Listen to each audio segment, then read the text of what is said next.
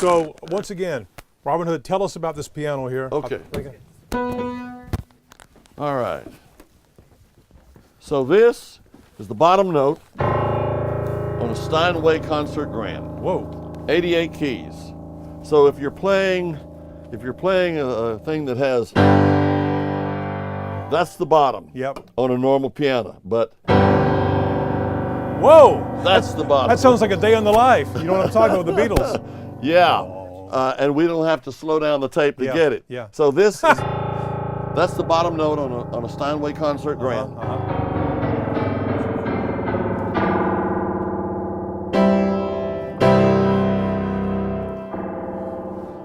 It just adds It sounds good. fullness and depth and character, and it's just. How do you mic a piano? How hard is that? Well, you got several options.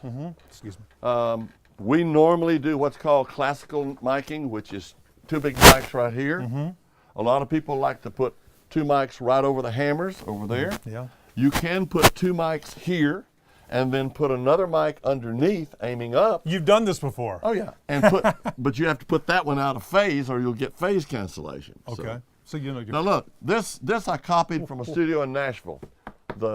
It's a good diffuser. I wouldn't think that like shingles Yeah. would be a good way to kill sound. Well, it doesn't kill it. That's the whole point. It breaks it up, but it doesn't kill it. We should put this in our studios. I got to tell you, Neil, in the 70s, we had a drum booth. It was so dead. You stand in there and close your eyes, you fall over. It was horrible. It was like an anechoic chamber. Now we've got some wood in it and liven it. Right? We put in the hardwood floor here to liven things up. Yeah. You can even dance, I guess. This is the bathroom? No, I'm kidding. No. Go ahead, come in here, Loaf. You guys come on in here, and he will show you because there's not that much room. Yeah, this was originally put in as a vocal booth. We've got a guitar amp in here from Mouse and the Traps because Larry Stanley playing through here. He sits out there, but his amp is in here and isolated. But singers can stand in here and look out and see what's going on out there. Now this is amazing to me because, and tell me if I'm wrong, because I came here for a little pre-interview, and I noticed these microphones. It's a Neumann, right? This is a Neumann, And yeah. you said these are the same microphones that ZZ Top used. All right, I'll tell you the rest of the story. Okay. I've talked to Billy. We're talking about maybe coming back and doing another project with them here. Oh, that would be great. And he said, well, what about Let me know. Okay. I said, what about the technical? And I said, well, I have the same mics. These were like, $400, $500, $600 back in the 60s. Yeah. You can buy a brand new one like this for $7,000, but if you have it modified and like this sells anywhere from $10,000 to $12,000 a piece. Oh my gosh. And I told Billy I still have the original 3. I had 3 Neumann condensers back then. I have 21 now. Oh my Lord. So I said, don't worry about the sound. We got it covered. Oh my gosh. So you have talked to them, and they've talked about coming back and maybe doing some more Yeah, music, we're talking. right? We'll see what happens. Because wouldn't that be great to do an album like, back where it all started? I'm gonna let the camera guys Let me go get in front past of this me. file cabinet we're going to paint. It's okay. It's a recording studio, and that's the way it's supposed to be. There you go. Okay. So this is the drum booth. It used to be totally dead. Now we put these wooden slats and this nice arch here, and the glass actually helps keep a little live sound going on. So, it's dead, but it's not totally dead. It's got life. It's called early reflection in the technical terms, where you get a quick response back, but no reverb. So those are your drums. Yeah, these are my drums. These are drums that my drummer, Levi Garrett, used. These are old vintage. They're probably 1958, 60. They're Ludwig Blue Note.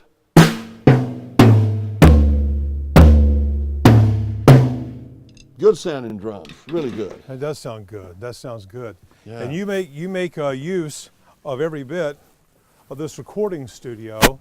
In fact, you've got I think you call it an M3 organ. It does the same thing as a B3. So if you want to play some 70s rock and roll, or you want to play some church music, there it is, right? Yeah, it's not exactly the same as a B3. If some guy that really what we call kicks a B3, where you play the pedals and you do it in church or a rock thing, you would prefer a B3. But in the studio for overdubbing parts and everything, that's basically the same guts. And then we've got this Leslie speaker unit over here, which of course a Hammond wouldn't be a Hammond without a Leslie speaker. And you have sort of a cowboy piano over here also for that. There's one thing I wanted to ask you about, I forgot to when we were sitting down, is I know Western Studio in LA was famous for its echo chamber.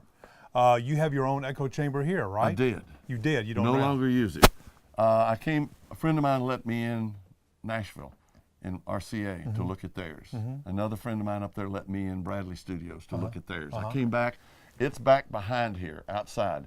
But what happened is, as the digital came in, the noise floor in our recording kept dropping and dropping and dropping, and it got to the point you could hear cars driving by. So that's why. Okay, I'm going to have you, our last stop will be the recording, but wait just for a second. All right. Because I was asking him, you know, the Beatles did their stuff on like 4 channels, right? 4. I did Judy in Disguise on 4. Exactly. So, and then I can remember being in college or a young disc jockey where this studio has 16 channels. That was a big deal. Yeah.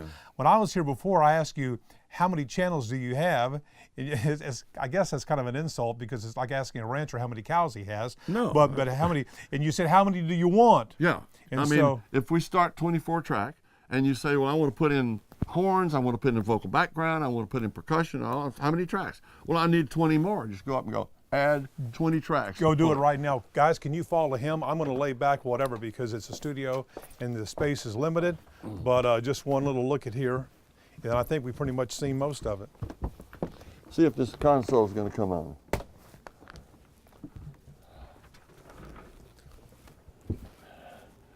Yeah, we're using a software called Nuendo. It's made by Steinberg. They also make one called Cubase. Nuendo is really more designed to do motion pictures because it's for big projects. And they've got some special things within Cubase that are designed for music production. But you can buy that package with both of them in there, and that's what we've done. Let me see here. And again, this is an active studio. You are available for picnics, parties, and bar mitzvahs, right? Look at that. Yeah. All the channels right there. The hard drive has to wake up over here because, So do we. yeah. But well, I see 25 channels right there. let me get the right thing on here. Okay. And so when did you go digital from analog? Well, my first move was to what's called ADATs. Remember those machines that were 8 tracks on each one? Yep. I did that first, and then because what's called the old Dash machines made by Sony were like $130,000, and we couldn't afford it. Now this is the multi-track recording here. The pink is vocal, the dark blue is the bass, the light blue are guitars, the yellow are all the different drum tracks. So, you know, we can record the kick on one track, the snare on another, the bottom mic on the snare on another. We put 2 overheads, one on each tom-tom, and then, you know, we can sit here during the mix and play games. That's fantastic. Yeah, That's fantastic. It's fun, and of course it all comes back through the mixing board. But a lot of it happens. Let me show you something, Neil. This is real trick right here. Inside the box, we've got what's called plug-ins. There you go. I've got a device right here that's got 5 different frequencies. Yep. You can put a vocal through it. I can adjust how much on each section of the vocal. Then I can mix the output. So if you've got a singer that whispers one line and screams the next, I wish that had been around for the last 40 years. Seems like you got it all. And we got a few gold and platinum albums over here. Well, that's if you great. will. Rio Grande Mud, Fandango, ZZ Top, Tres Hombres right there. And that's you go. LaGrange.